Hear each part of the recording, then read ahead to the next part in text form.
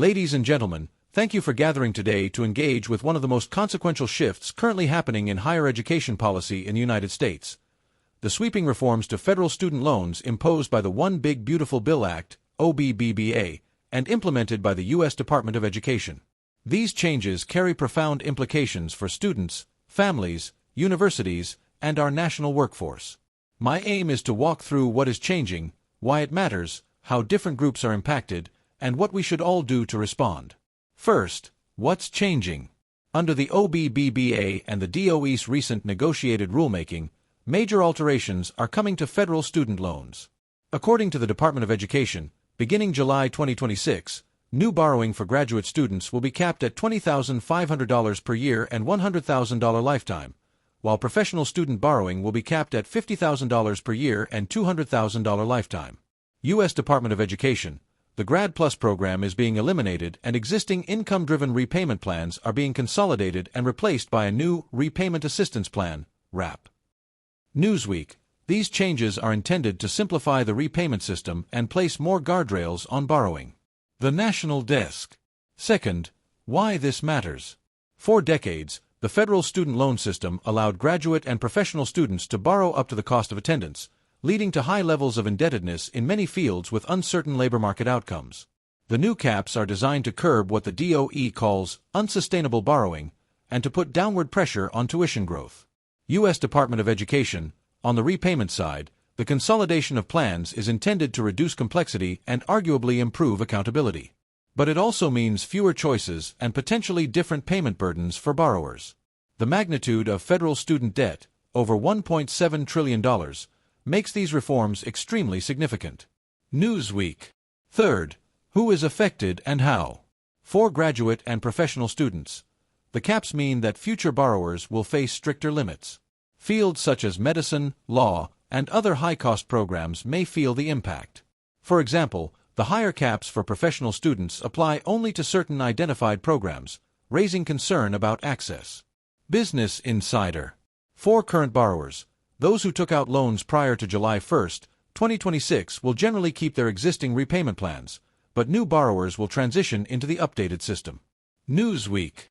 For universities and higher education institutions, these reforms raise questions about program cost, return on investment, and institutional accountability, especially for programs with high debt but uncertain job outcomes. For the workforce and economy, if borrowing is tighter and repayment burdens change, student decision-making may shift, which majors to choose, whether to attend grad school, and institutions may face pressure to align more with labor market demands. Fourth, the risks and trade-offs. While the objectives of these changes may include better borrower protection and fiscal responsibility, there are significant concerns. Tighter borrowing caps may reduce access to advanced education for lower-income or non-traditional students. The new repayment plan structure may increase monthly payments for some borrowers, extend repayment terms up to 30 years, and potentially increase default risk. TICAS. Universities may respond by increasing tuition or shifting their cost structures, which could offset intended benefits. The transition will be complex. Policy shifts of this magnitude bring administrative burdens, confusion for borrowers, and unintended consequences. Fifth, what we should do. Students and prospective students, if you're planning to borrow, check the timing of your loans, pre- or post-July 2026, understand the repayment plan options under the new regime, and assess whether the degree you're pursuing offers strong job outcomes relative to debt. Institutions. Universities should evaluate program cost, student outcomes, debt burden, and ensure transparency to prospective students. They may need to redesign programs or tuition models to adapt. Policymakers and stakeholders. We must monitor the implementation closely, ensure equity, so access to education is not unfairly restricted, track default risk under the new plan, and make sure there are support systems for borrowers who may struggle.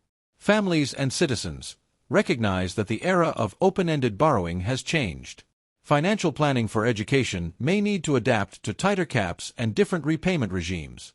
In conclusion, the reforms to federal student loan programs mark one of the most significant changes in higher education finance in years. They seek to impose greater discipline on borrowing, to simplify repayment, and to link educational investment more directly to outcomes. The promise is laudable, but the path forward demands vigilance, adaptation, and accountability.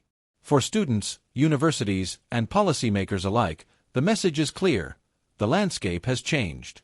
We must engage with these reforms proactively, not wait until they take full effect. We must ask tough questions. Are degrees worth what we borrow? Can repayment be manageable? Are institutions aligned with labor market realities?